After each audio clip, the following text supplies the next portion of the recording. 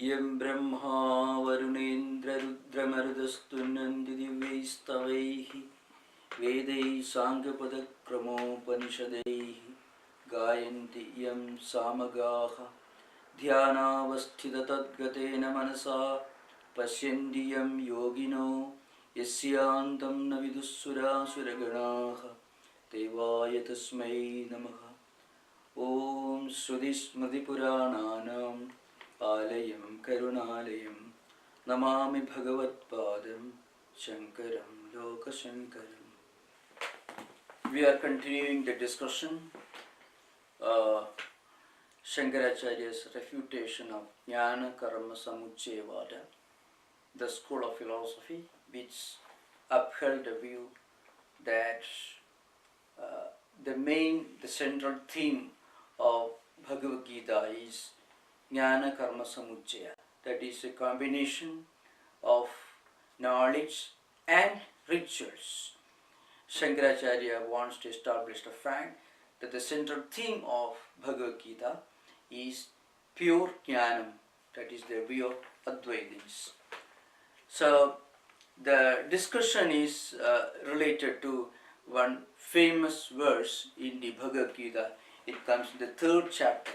Jyayasi chet karmanaste mada buddhir janatana tatkim karmani ghore mam nayojiyasi kesava. So at the beginning of the 3rd chapter, Arjuna is putting one question to Krishna. If you think that jnanam or knowledge is superior to karma, rituals, then why do you drag me into this unpleasant action which I am trying to run away from? Ghore mam yojiyasi. Arjuna was very reluctant to take up his responsibility. That is a responsibility of a Kshatriya to fight for the righteous cause. He put forward all kinds of wrong arguments, justifications for his inaction and inactivity. And Lord Krishna is guarding him, is persuading him to take up his duties and responsibilities, which in the case of a soldier who is trying to defend dharma happens to be fight against the evil forces. Arjuna was trying to run away from that. And Krishna is trying to force him to take up his righteous duties and responsibilities. And that duty is a bit unpleasant. So he says, why do you force me to take up what I don't want to do? If jnana is superior, then why don't you recommend jnana which I want to me, and why do you force me into this horrible action, fighting for righteous cause, which involves violence?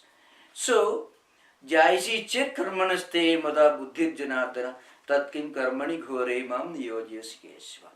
Now, Bhagavad Bhashya says such a question would have been totally irrelevant if Sri Krishna's proposal was Jnana Karma Samuccaya. Because, so he gives an example.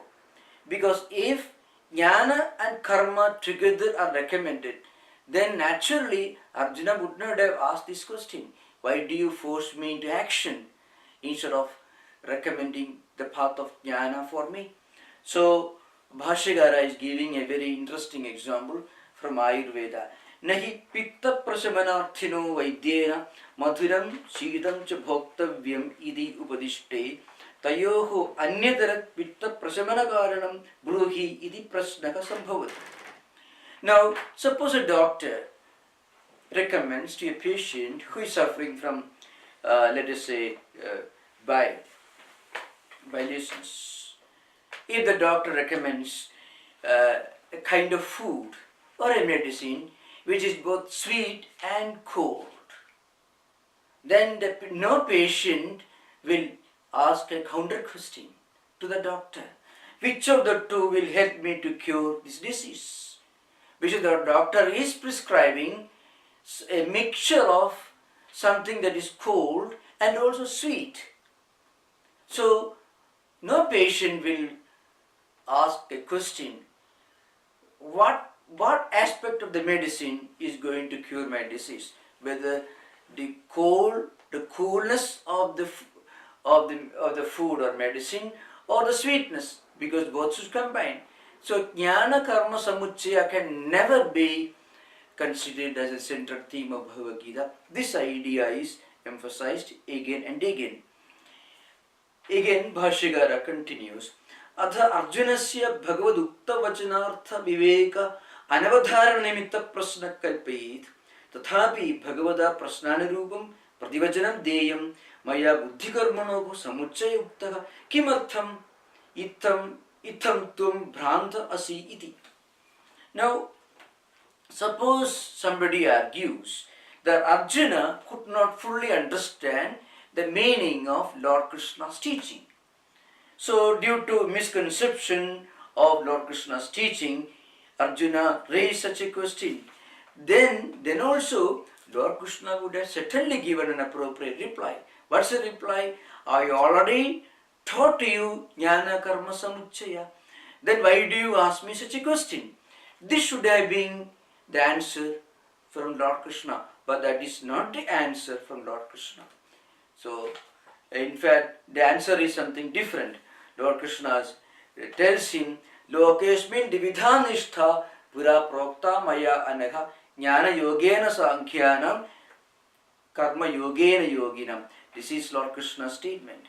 So, I already taught in the very beginning of creation these two parts, jnana and karma. So, such an answer would have been totally irrelevant if Lord Krishna's recommendation was jnana karma samuccaya. So, this idea is put forward again and again. Again, Arjuna's question is again repeated. Vyamisrena eva vakyena buddhim mohayasiva me tadekam vada nischitya yena sriyogam apnuyat. Arjuna continues his question. After asking the question, Jayasi chet karmanaste mada buddhir janardana tat kim karmani ghore mam niyodesi keshava. If you think that knowledge of jnana is superior to karma, then why do you force me into this horrible action? This is the question. And then Arjuna continues, Vyamisrena eva vakyena buddhim mohayasiva me. Tadekam vada. Now, what you teach me gives me a lot of conflicts and doubts. So, please teach me, tell me exactly what path I should follow to reach the highest goal. So, Vyamisrena eva itself makes very clear that Lord Krishna was not teaching jnana karma samuccaya. In answer to this, Lord Krishna's reply is very, very clear. Lokesmin dividha nishtha pura prokta maya anagha jnana yogena sankhyanam karma yogena yoginam. I have taught these two parts for the benefit of humanity. In the very beginning of creation, I have taught these two paths. The path of Sankhyas to those who are aspirants of knowledge, and the path of devotion, and the path of karma to those who belong to an earlier, I may not be proper to call primitive, but an earlier level of evolution. So, those who have not reached the highest degree of Chitta Shuddhi, those who are not advanced souls, who are still trying to advance and evolve, I have taught them the path of karma, karma nishtha. And those who have reached a higher level of spiritual evolution, who already transcended the realm of rituals, either smartha karma or sauda karma, for them I have recommended the path of jnana of knowledge. So, this reply itself makes it very clear that jnana karma samuccaya could never have been the essence of Lord Krishna's teachings. So these ideas are put forward again and again. Natu punaha pradivachanam ananurupam prishtat anyat eva dvenishte maya pura prokte iti vaktam yuktam. So this reply would have been totally irrelevant, not logical. Now, so far, Bhashyakara was dealing with the possibility of Srauda Karma Jnana Samuchaya. I mean, to those who may argue that Srauda, Karma and Jnana combined together is the central theme of Bhagavad Gita. To those who hold such a view, Bhagavan Bhashyakara has strongly replied that Srauda Karma Samuchaya, Srauda Karma and Jnana, Srauda Karma Jnana Samuchaya could never be the central thesis of Bhagavad Gita. Now Bhashyakara is taking up another possibility, that is Smarta Karma Samuchayavada. So the next central theme of the Bhashya is Smarta Karma Samuchayavada Khandana. न अपि स्मार्तेन एव कर्मणा बुद्धेः समुच्चये अभिप्रेते विभागवचनादि सर्वम् उपपन्नम्. Suppose somebody argues that smarta karma and jnana, smarta karma jnana samuchaya is the central teaching of Gita, then also it doesn't hold ground, because yuddha is a smarta karma. So, that being so, karma either smarta or srauda can never be combined with jnanam. If somebody holds the view that karmas, that is smarta karmas laid down in smrtis, alone should be combined with jnana, that's a view. Then the two categoric definitions, that is the path of jnanam and path of karma, Dokesmin dividhanishta pura proktamayana. Such a statement in the Gita would have no logical justification. Therefore, smarta karmas jnana samuchaya also cannot be the central teaching of Gita. There is neither srauda karma jnana samuchaya nor smarta karma jnana samuchaya. That is, karma jnana samuchaya is totally impossible. That's the idea behind. Kimcha kshatriyasya yuddham smartam karma swadharma idi janataha tat kim karmani ghore mam niyojayasi idi ubalambhanupavannaha. And not only that, if Arjuna had the understanding that to fight a battle is his own duty and fighting is a smarta karma, then also to speak to Lord Krishna in a very taunting language, Tatkin karmani ghoremam nirjoyasi, why do you engage me in this action which is so horrible? Such a strong worded question would have been totally out of context. Tasmat Gita Shastre Ishan Matrena api Sraudena Smartena va karmana Atmajnanasya samuchayo na kenajit darsayidum shakyaha. So Bhashyakara concludes for the time being that therefore Tasmat Gita Shastre Ishan Matrena api Sraudena Smartena va karmana Atmajnanasya samuchayo.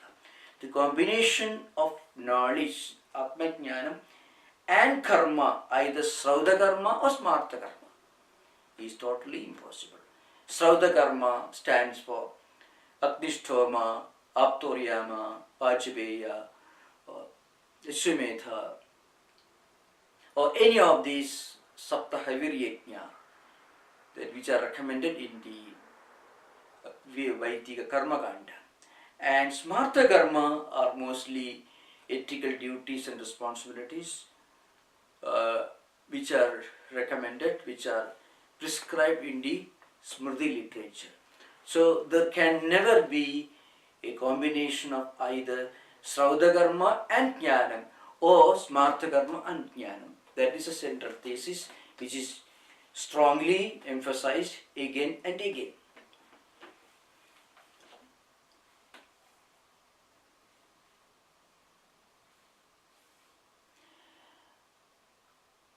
Tasmad Gita Shastre Ishan Matrena Bhi Sraudena Martenava Karmana Atmajnana Samuchega Nakenajit Dersaidum Shakyaka.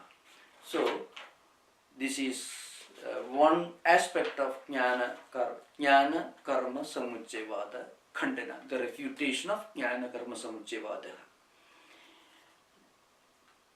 Now, another subject is being taken up. Normally, we know that those who are highly evolved in spiritual life, who attain Chitta Suddhi through Nishkama Karma, that is, performance of duties and responsibilities without Kartrutva Bhoktrutva Bodha, with total detachment, they gradually attain Chitta Suddhi or mental purity, purity of mind. They transcend worldly desires. And after that, slowly they reach Atmajnana. Karmanishthayaha Chitta Suddhi Dvarena Purushartha Hetutam Na Swatantrena Jnananishtha tu Swatantrena Purushartha Hetuhu Anyan Apeksha.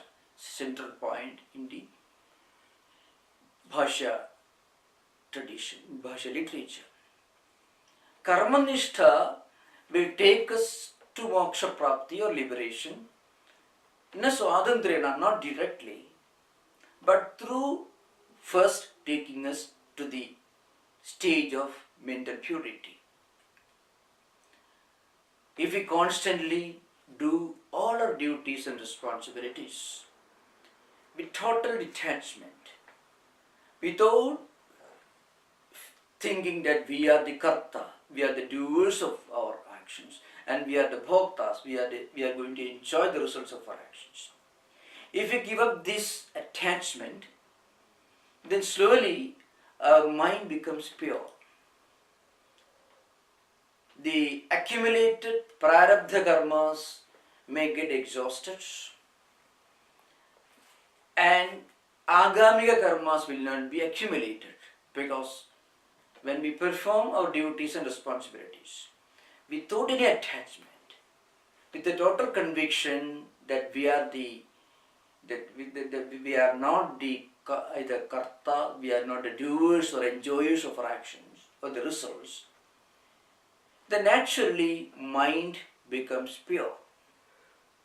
So when mind becomes pure, it's called the attainment of Chitta Suddhi, then naturally Jnana Prapti is the next thing that will happen. After Jnana Prapti, we may continue doing the same duties and responsibilities. We may not stop doing our duties or performing our responsibilities. We don't become inactive or lethargic. So you find great scholars, great thinkers, great Rajarshis in ancient times in India, like Janaka, Ashwapati, all these great philosopher kings of ancient India. They were great jnanis. They have attained highest spiritual realization. But still they performed their duties and responsibilities as kings and emperors. They were very efficient. At the same time, they were also great saints. They are efficient and kings, and they are also rich in the spiritual wisdom. So what happens to those actions? So the Purvapakshi is trying to imply that Atmajnanis who continue the performance of the duties and responsibilities are actually or indirectly combining jnana and karma. In response to this Purvapaksha, Bhashyakara will clearly establish the fact that whatever we do with total non-attachment, whatever duties and responsibilities we perform without any attachment, cannot be called duties and responsibilities. Such karmas are not karmas. They may look like karma, like karma bhasa, but they are not really karmas. So the word karma has got a very well-defined meaning in the Mimamsa literature, and that's the sense in which the word karma is frequently used in the Bhashya literature. Karma is that which we do with a definite purpose, with kartrutva bhoktrutva buddhi. So those atmajnanis like Janaka, karmana eva hi samsiddhim asita janakadeka, lok sangrahamevapi sampasyan kartum arhasi. So the third chapter makes very clear. Great kings, great philosopher kings in ancient times, they did their duties and responsibilities with total non-attachment, total freedom from any selfish desire. And they attained Chitta Suddhi, then they got Atmajnanam, and then they continued doing their duties and responsibilities as kings and emperors. So Purvapaksha is trying to imply that even after Atmajnana Prapti, they were doing their duties and responsibilities. So don't you think it is some kind of a Jnana Karma Samuchaya? Bhashyagara says it is not Jnana Karma Samuchaya, because actions performed by great Atmajnanis are not actions.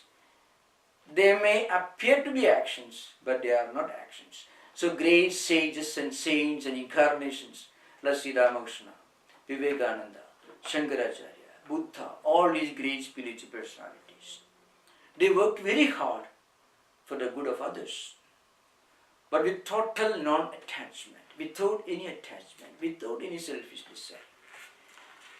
Apparently, from an empirical point of view, from a worldly point of view, we may assume that they were working hard, they were engaged in karma, but actually what they did was not karma,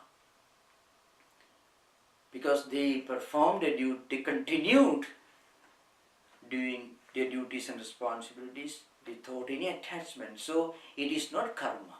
Karma can be called a karma only if it is done with a sankalpa, with a definite purpose and goal in mind, with a total commitment, that is, and total awareness that we are the doers and we are going to enjoy the results of what we are going to do. Great Atmajnanis never had any such kartrutva bhoktrutva buddhi. That point is established in the coming pages. Yasya tu ajnana ragadi doshodo va karmani pravrittasya yajnena danena tapasa va visuddha sattvasya jnanam utpannam paramartha tattva vishayam ekameva idam sarvam brahma akartrucha iti tasya karmani prayojane cha nivritte api lok sangrahartham yatnapurvam yatha pravrittah तथा एव कर्मणि प्रवृत्तस्य यत् प्रवृत्ति रूपं दृश्यते न तत् कर्म येन बुद्धेः समुच्चयः स्यात्. So the Purvapakshi's argument that great jnanis, great Atmajnanis who work for loka sangraha are actually indirectly combining jnana and karma. The Purvapaksha view is being refuted here.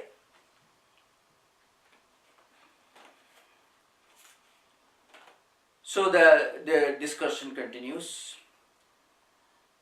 A person, a spiritual seeker, at the beginning of his spiritual life, may have a lot of strong desire, ambitions, a sense of commitment, and work very hard day and night, workaholics. But slowly, in course of time, such a person may happen to read great holy books like Bhagavad Gita or Upanishads or great lives of great saints and sages and incarnations, like the life of Sri Ramakrishna, Vivekananda, Holy Mother Sri Sharada Devi, Shankaracharya, Buddha and others. And then they may develop an interest in performing the duties and responsibilities without any desire. So there is a gradual evolution from a state of performing duties and responsibilities with desire to a higher stage of performing the same duties and responsibilities without desire. Now, at the next stage, if a spiritual seeker continues the performance of his duties and responsibilities without any attachment, without any selfish purpose, then gradually he or she may attain Chitta Shuddhi, purity of mind. Or he may continue the performance of Srauda karmas like Yajna, Yaga, or Smarta karmas like household duties, commitments, and so on. This performance of one's duties, responsibilities, and obligations without any selfish desire, with total non-attachment, will take us to the next stage of spiritual evolution. Mind becomes pure, and then we may get jnana. When Chitta Shuddhi happens, jnana prapti is the next stage. Chitta Shuddhi will be followed by jnana prapti. So, though there is no karya karana sambandha, cause-effect relationship between Chitta Shuddhi and jnana prapti, still what happens once we attain Chitta Shuddhi, then jnana prapti, attainment of the highest spiritual realization, is not far. And then after attaining this jnana prapti, again we may continue the performance of Srauda karmas like yajna, dana, tapa, yaga, etc., Vedic rituals, or smarta karmas. We may continue the same. Those actions performed after attaining Atma Jnanam cannot be called actions, because those actions do not produce any vritti in our chitta, mental system. Normally whatever we do with a strong attachment, with a selfish motive, it registers a strong impact, a residual effect on our mental system. It's called a vritti, and it can become a samskara, and samskaras become vasanas, and they constitute our real character, and we are born again with these accumulated, inherited samskaras and vasanas, and we continue our actions, our movements, our life according to the samskaras and vasanas that we have inherited. This doesn't happen for an Atmajnani. An Atmajnani may work for the good of the world, loka sangraha, but he won't be affected by any of his actions. That point is made clear here. Yasya tu ajnanat ragadi doshato vaha. Maybe some people, because of the ignorance or the evil of attachment, karmani pravrittasya yajnena danena tapasava visuddha sattvasya jnanam utpannam paramartha tattva vishayam ekam eva idam sarvam brahma akartra iti. Maybe at the beginning of our spiritual life, we may be ignorant of higher Vedanta, so we become attached to whatever we do and the results of our actions. So we get entangled in this karma, like either Sauda karmas or Smarta karmas. But then gradually our mind can become pure because of Shraddha with which we perform our duties and responsibilities. And also when we reduce and eventually eliminate our attachment and desire, then what happens? At a higher level, we realize the fact, Sarvam Khalu Idam Brahma. Everything is Brahman. So this becomes a real experience. At such a state, if it does something, either Sauda karma or Smarta karma, It cannot be called karma. It may look like karma, but cannot be called karma. It doesn't create a bondage. It doesn't bind us with a strong chain to this world. Tasya karmani karma prayojane cha nivrutte api loka sangrahartham yatnapurvam yatha pravurtaha tatha eva karmani pravurtasya yat pravurtirubam drishyate na tat karma yena buddhehi samuchesya.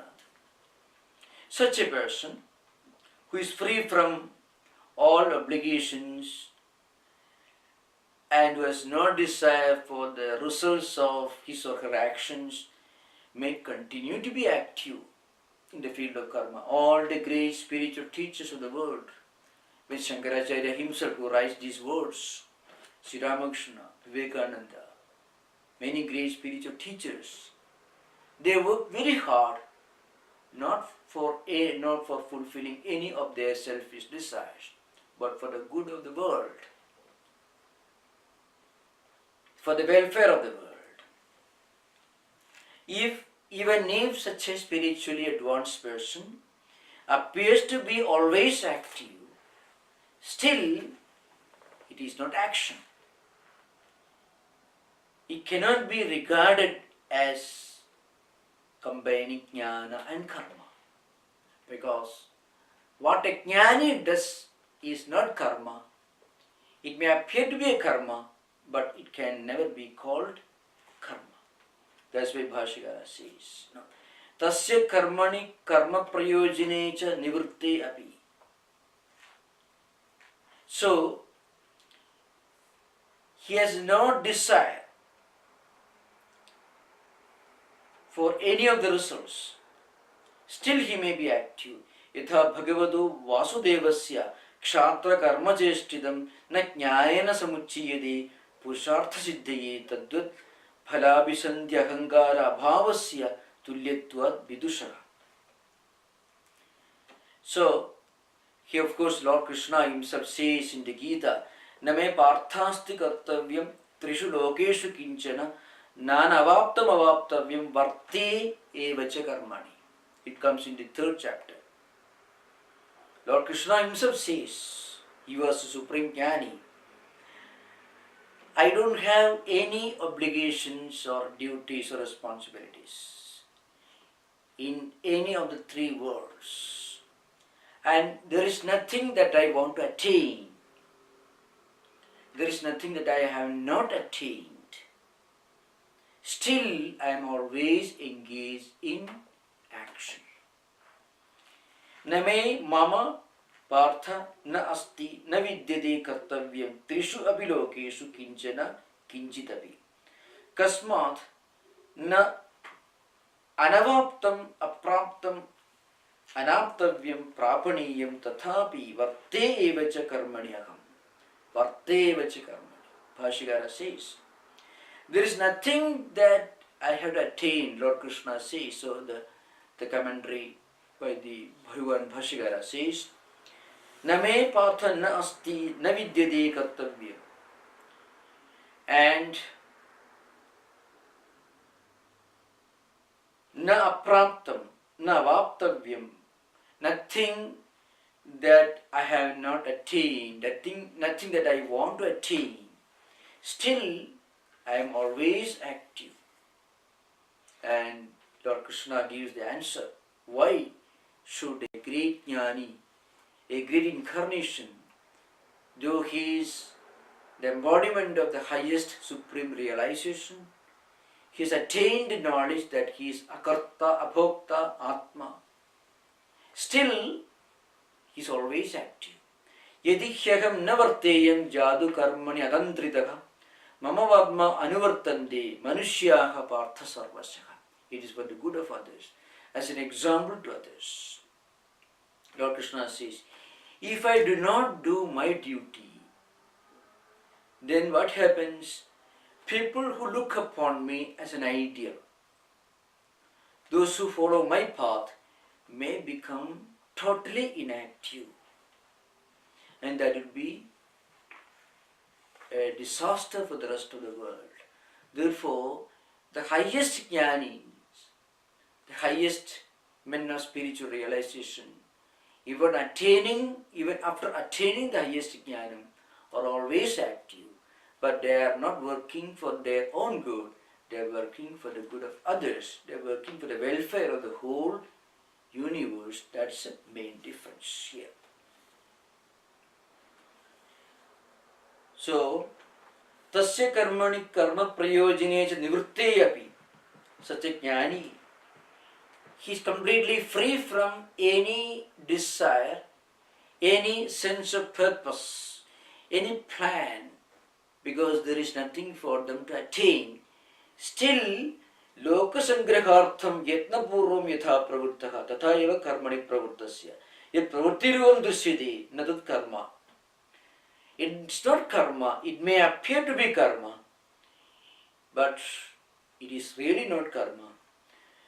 So, one of the lesser known commentators of Gita, Dhanapati, he writes in the Bhashya Deepika, Janaga Ashubhati Prabhudayaha Purve Karmana Eva Shuddha Sattvaha Santaha Samsiddhim Sammyajnanam Praptaha Ityartha.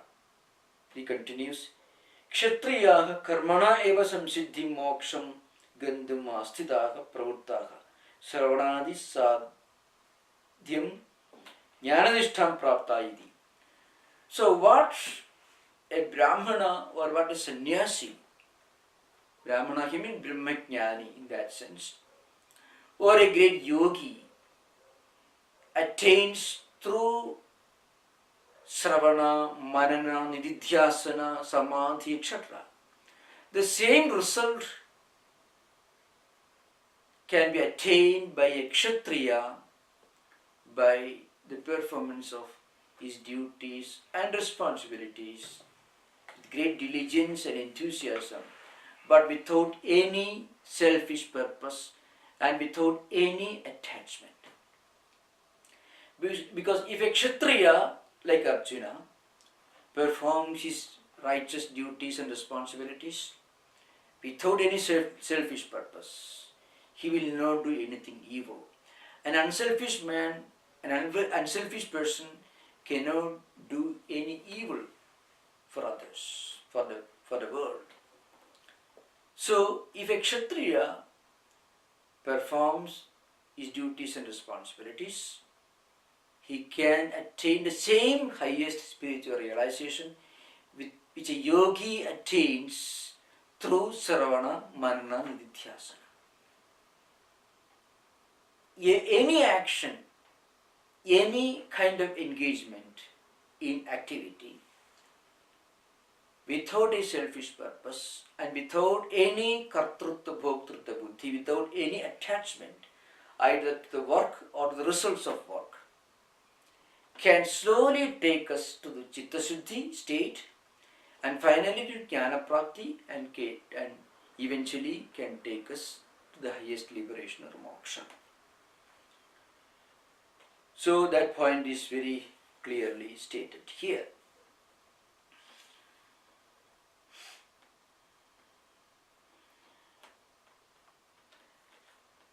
यथा भगवतो वासुदेवस्य क्षात्र कर्मचेष्टितं न ज्ञानेन समुच्यते पुरुषार्थ सिद्धये तद्वत् फलाभ्युसन्ध्य अहंकार अभावस्य तुल्यत्वात् विदुषः. So just as the activity of great spiritual teachers like Lord Krishna, which may be called Kshatriya Karma, because by virtue of his position he is a Kshatriya.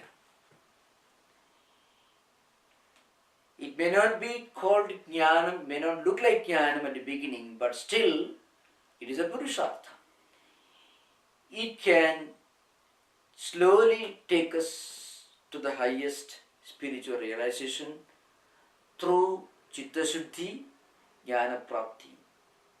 So, what such a great spiritual teacher, after attainment of the highest realization, does can never be called karma. Tattvavittu na aham karomi iti manyate na ja tat phalam abhisandhate. So Tattvavitu Mahabahu verse is quoted here. A spiritual seeker who has realized the highest truth never thinks I am doing something, and he doesn't have any desire for the results of his actions. That point is also made clear. Yathacha surgadi kamarthinaha agnihotradi kama sadhana anushtanaya ahidagnehi kamye eva agnihotrado pravurtasya sami krute vinashte api kame tadeva agnihotradi anudishtadaha api nadat kamyam agnihotradi bhavati तथा च दर्शयति भगवान कुर्वन्नपि न करोति न लिप्यते इति तत्र तत्र. The Bhashya continues. Suppose a person who reads the Vedic injunctions like Surgagamo Yajeda, those who want to attain Surga, those who want to go to heavenly pleasures, those who want to attain heaven, should perform Agnihotra. If he reads that, if a Surgagama, a person who has a strong desire to go to Surga, if he reads such a Vidhi, Surgagamo Yajeda, in the Vedic literature, the one who wants to go to Surga should perform Yajna, Yaga, Agnihotra, etc. Then he starts performing Agnihotra. And then eventually he reaches his goal.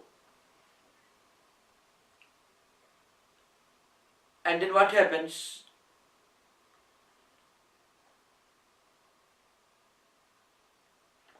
In the process of performing a performance of Agnihotra, suppose he, because of his samskaras attained in previous life, even during his life in which he is always engaged in Agnihotra,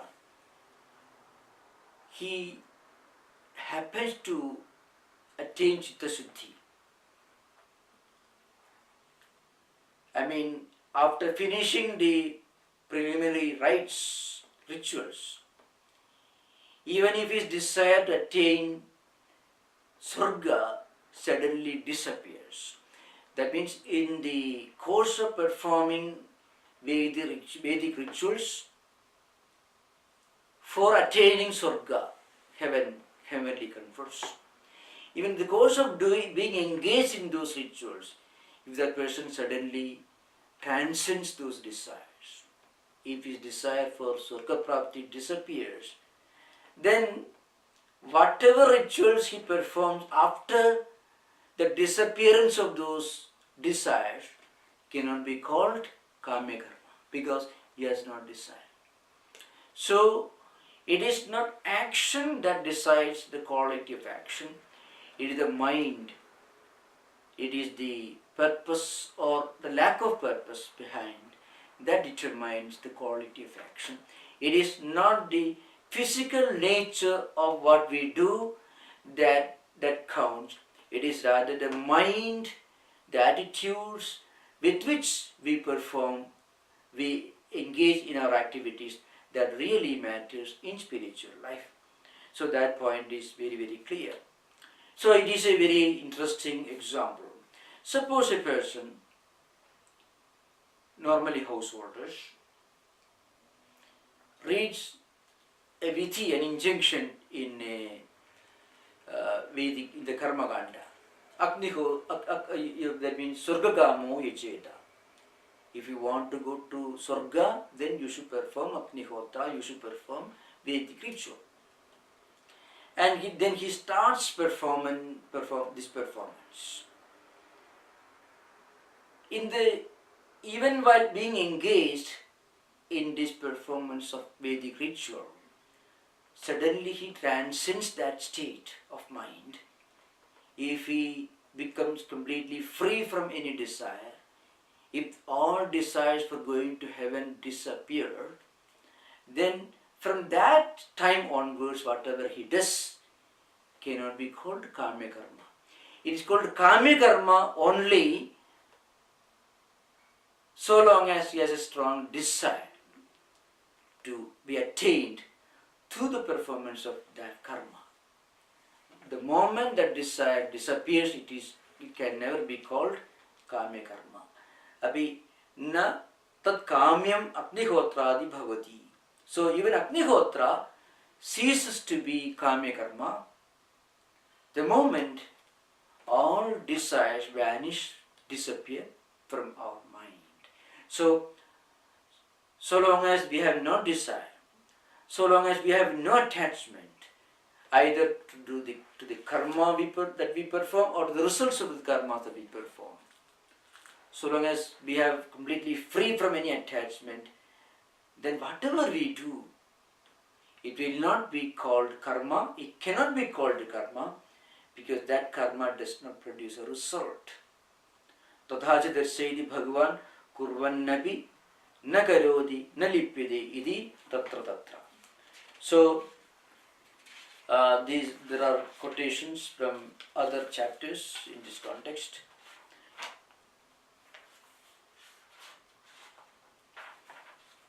Kurvannapi na lipyade, that is in the Bhagavad Gita 5th chapter. And naiva kurvan nagarayan. All these verses are stated again and again. 5:7, 5:30.